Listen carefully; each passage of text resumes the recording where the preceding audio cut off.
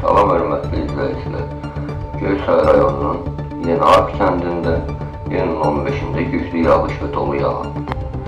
Yağıntı qısa müddətdə intensiv xarakter olaraq kənd sakinlərinin diqqətinə səbəb oldu.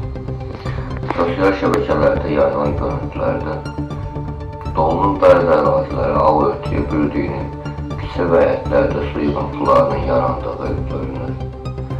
Güclü yağış səbəbindən kəndin müxtəlif hissələrində hərəkət çətinləşir.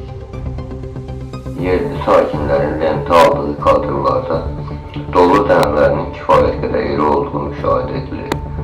Bəzi ərazilərdə yağıntının təsiri ilə ətraf mühitdə nəzərə çarpacaq dəyişikliklər yaranıb. Son günlər ölkənin müxtəlif bölgələrində hava şəraitinin qeyri-sabit keçdiyi müşahidə olunur.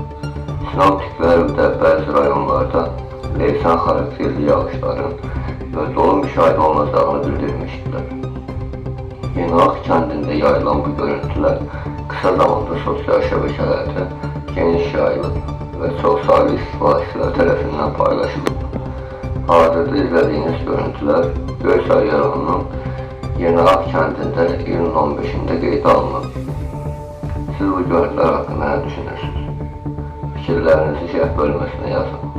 Gündəm Nəbzi kanalına abunə olmağı və videoları bəyənməyi unutmayın.